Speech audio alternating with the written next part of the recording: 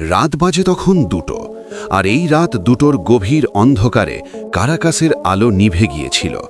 ভোর 5টার মধ্যে ভেনেজুয়েলার প্রেসিডেন্ট হাওয়া হয়ে যান।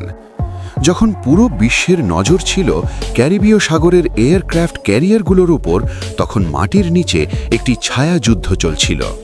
এটি কোনো আক্রমণ ছিল না, এটি ছিল একটি সার্জিক্যাল এক্সট্র্যাকশন। অবশেষে আমাদের কাছে সেই ডিক্লাসিফাইড টাইমলাইন আছে যে কিভাবে মার্কিন বাহিনী কারাকাসের কেন্দ্রে প্রবেশ করে নিকোলাস মাদুরোকে বের করে এনেছিল। হ্যালো বন্ধুরা, স্বাগতম আপনাদের অতলের আরও একটি নতুন এপিসোডে। স্টেপ 1। এটি রাতারাতি ঘটেনি। কয়েক মাস ধরে মার্কিন যুক্তরাষ্ট্র ভেনেজুয়েলার চারপাশে নৌ অবরোধ জোরদার করছিল।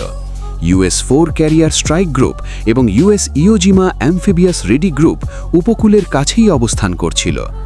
অজুহাত ছিল স্পষ্ট। মার্কিন যুক্তরাষ্ট্র ভেনেজুয়েলা সরকারকে একটি নার্কো টেররিস্ট স্টেট হিসেবে ঘোষণা করেছিল। নৌবাহিনী যখন উপকূল চেপে ধরছিল, গোয়েন্দা সংস্থাগুলো তখন একটি মানুষকে ট্র্যাক করছিল। তারা একটি নির্দিষ্ট সুযোগের অপেক্ষায় ছিল।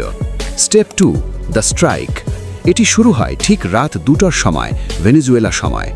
উঁচুতে থাকা বেশ কয়েকটি F-35 স্টেলথ ফাইটার শত্রুর সীমানায় আঘাত হানে এবং তাদের অ্যান্টি এয়ার ডিফেন্স, যেমন রাশিয়ার তৈরি S-300 মিসাইল, অকেজো করে দেয়। আকাশ পরিষ্কার হওয়ার সাথে সাথে ডেল্টা ফোর্সের হেলিকপ্টারগুলোর জন্য পথ খুলে যায়। এখানেই আসল বিভ্রান্তি শুরু হয়। হেলিকপ্টারগুলো ওড়ার সময় জেটগুলো আরও হামলা চালায়। তারা প্রধান সামরিক ঘাঁটি ফরচুনা এবং লা কার্লো বিমান ঘাঁটিতে আঘাত হানে, যার ফলে ভেনেজুয়েলার বিমান সহায়তা ব্যবস্থা ভেঙে পড়ে। বিশৃঙ্খলা তৈরি করায় মূল লক্ষ্য ছিল না, এটি ছিল অভিযানের একটি আবরণ বা ছদ্মবেশ।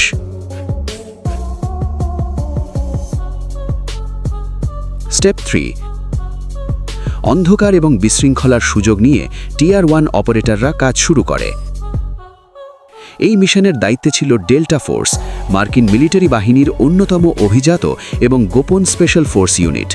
কারাকাসের প্রত্যক্ষদর্শীরা জানিয়েছেন যে বিমানগুলো ছাদ ঘেঁষে খুব নিচু দিয়ে উঠছিল যাতে রাডারে ধরা না পড়ে। দলটি ফোর্ট টুনা কমপ্লেক্সের ভেতরে একটি নিরাপদ বাড়িতে প্রবেশ করে। ভেনেজুয়েলার প্রেসিডেন্সিয়াল গার্ডের প্রতিরোধ ছিল দ্রুত, কিন্তু শেষ পর্যন্ত তা ব্যর্থ হয়। হেলিকপ্টারগুলো যখন কাভার ফায়ার দিচ্ছিল, অপারেটররা অত্যন্ত দ্রুত গতিতে মাল্টিপল পয়েন্টে অবতরণ করে। এই মিশনে অংশ নেওয়া ডেল্টা ফোর্সের অপারেটরদের নামানোর জন্য বিশেষ হেলিকপ্টারগুলো টার্গেটের ওপর অবস্থান নেয়।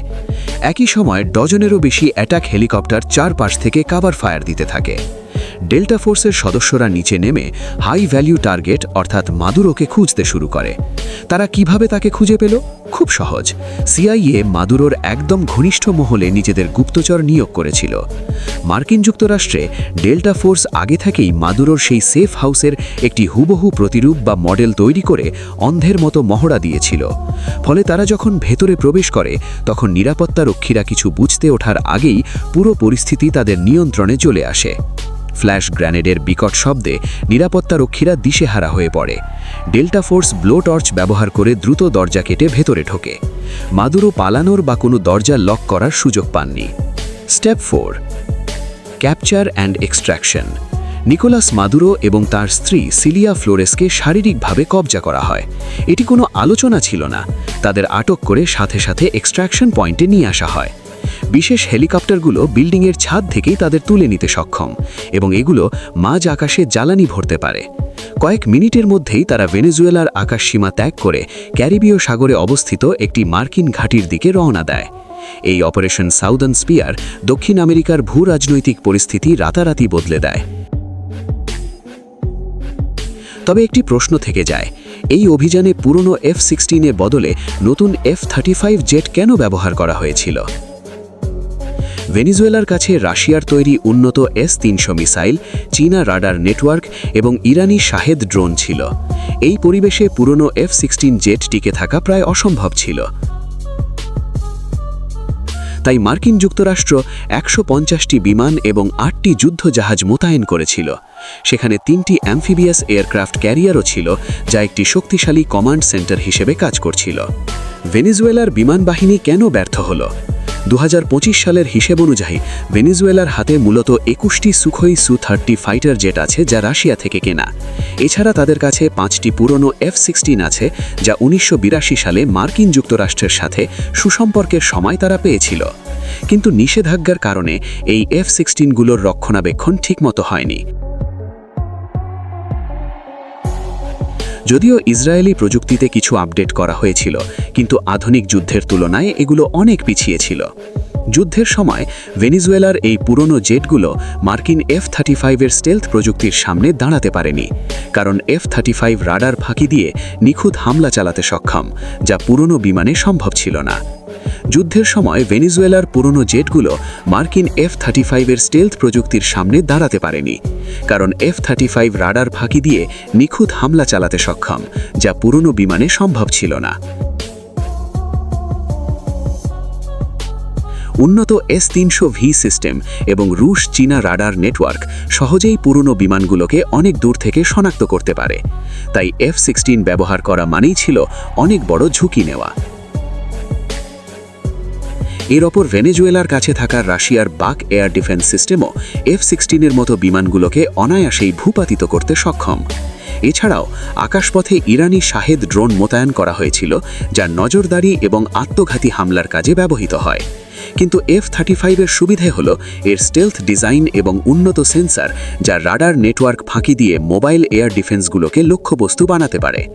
যখন এই ফাইটার জেটগুলো ভেনেজুয়েলার আকাশ প্রতিরক্ষা ব্যবস্থা গুড়িয়ে নিচ্ছিল, তখনই CIA এবং বিশেষ বাহিনী তাদের মূল টার্গেটের দিকে এগিয়ে যাওয়ার সুযোগ পায়।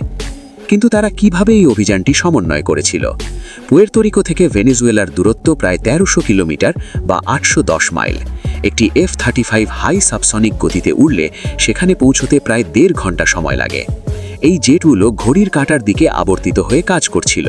তাদের কমব্যাট রেডিয়াস বা যুদ্ধ সীমা ছিল প্রায় 770 মাইল।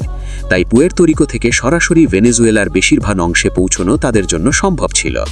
আর গভীর অভ্যন্তরে প্রবেশের জন্য ক্যারিবীয় অঞ্চলে কৌশলগতভাবে air two air refuelling tanker মোতায়েন করা হয়েছিল। এছাড়াও খুব দ্রুত হামলার প্রয়োজন হলে ক্যারিবীয় সাগরে থাকা মার্কিন অ্যাম্ফিবিয়াস জাহাজ থেকে F-35B জেটগুলো উড্ডয়ন করতে পারে। এই জাহাজগুলো থেকে মাত্র 10 থেকে 15 মিনিটের মধ্যেই ভেনেজুয়েলার যে কোনো টার্গেটে আঘাত হানা সম্ভব। তাদের মূল লক্ষ্যবস্তু ছিল মাদক চোরাচালান চক্রের নেটওয়ার্ক, আকাশ প্রতিরক্ষা ব্যবস্থা, কমান্ড সেন্টার এবং ড্রোন তৈরির কারখানা। অর্থাৎ এটি কেবল একটি ড্রাগ বিরোধী অভিযান ছিল না, বরং এটি ছিল ভেনেজুয়েলার পুরো সামরিক শক্তির মেরুদণ্ড ভেঙে দেওয়ার একটি পরিকল্পনা। পরিশেষে ভেনেজুয়েলার কাছে F-35 মোতায়েনের মাধ্যমে মার্কিন যুক্তরাষ্ট্র এই অঞ্চলে তাদের সামরিক আধিপত্যের নতুন সংজ্ঞা দিয়েছে। এর স্টেলথ টেকনোলজি, উন্নত সেন্সর এবং ইলেকট্রনিক ওয়ারফেয়ার আধুনিক যে কোনো প্রতিরক্ষা ব্যবস্থাকে পরাস্ত করতে সক্ষম। এই সম্পূর্ণ অভিযানটি ছিল প্রযুক্তি এবং নিখুঁত পরিকল্পনার এক অনন্য সমন্বয়। এটি কেবল নিকোলাস মাদুরোকে আটক করার বিষয় ছিল না, বরং এটি ছিল একটি শক্তিশালী বার্তা যে অত্যাধুনিক প্রযুক্তির সামনে কোনো সুরক্ষিত দেওয়ালও নিরাপদ নয়। তো বন্ধুরা, ভিডিওটি ভালো লাগলে লাইক করতে পারেন এবং চ্যানেলের নতুন দর্শক হয়ে থাকলে রিকোয়েস্ট থাকবে চ্যানেলটি সাবস্ক্রাইব করার। এতক্ষণ পর্যন্ত সাথে থাকার জন্য ধন্যবাদ।